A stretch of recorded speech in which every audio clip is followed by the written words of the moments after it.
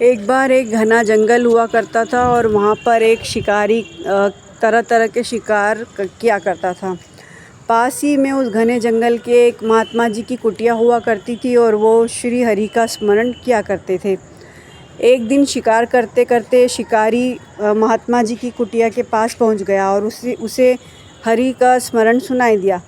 तो शिकारी ने बाहर से ही महात्मा जी को आवाज़ लगाई तो महात्मा जी कुटिया के बाहर आए। तो उन्होंने देखा कि एक शिकारी बाहर खड़ा हुआ है। शिकारी ने पूछा कि महात्मा जी आप ये किन्हें बुला रहे हैं?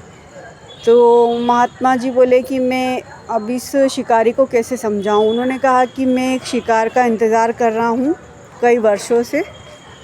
तो शिकारी ने कहा कि महात्मा जी आप मुझे बताइए कि वो शिकार किस तरह का दिखता है, तो हो सकता है कि मैं आपके लिए आपकी मदद कर पाऊँ, क्योंकि मैंने तो बहुत बड़े बड़े शिकार किए हैं।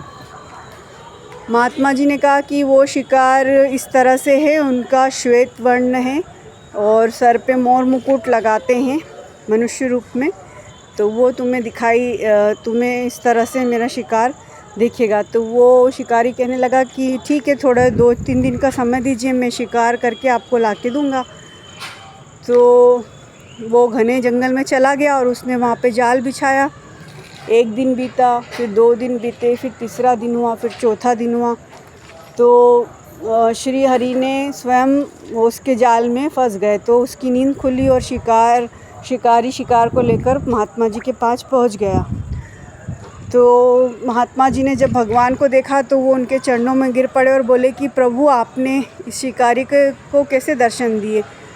तो भगवान ने कहा कि आपकी भक्ति के में थोड़ा भाव कम थे, लेकिन इस शिकारी ने पूरे भाव से मेरा इंतज़ार किया, तो मैं विवश होकर इसके जाल में आकर फंस गया और उसे दर्शन मैंने दिए।